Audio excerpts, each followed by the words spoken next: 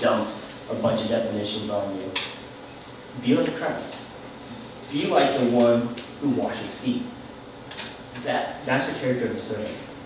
The only possible way we can do this is because the one who gives us the example of being a servant is also the one who lives it out in us when we humble ourselves, have faith in, and love the King who we are to serve.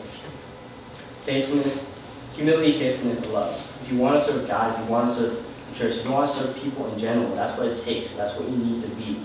And you need all three of these things. They don't exist without each other. If you're humble before someone, you're going to be faithful to them. You're going to love them. If you're faithful to someone, it's going to show your humility and your love for them. If you love them, you're going to be faithfully humble before them. That makes sense? If you want to serve God, then you need to reflect Christ in your character. Now, we have a baseline definition, a foundation now of what a servant is. So now we can talk about the reality and purpose of serving. What does it take to serve in this sinful, fallen world? And while we're at it, why should we? Why should we serve like Christ? Why should we wash feet? What's the purpose behind that? What's the reality and purpose behind serving? We'll talk about that next week, so come back, okay?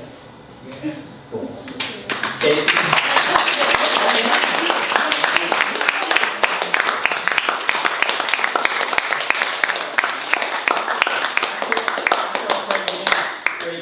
Group. We're going to have the underclassmen in here and the upperclassmen in the auditorium. We're going to have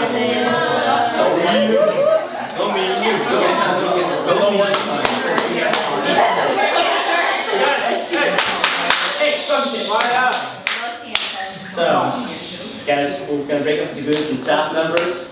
Just divide evenly between each group. What was that, guys? Talk about that. Learn from it. How do you apply humility, faithfulness, and love in your life to serve others? Let's pray. Come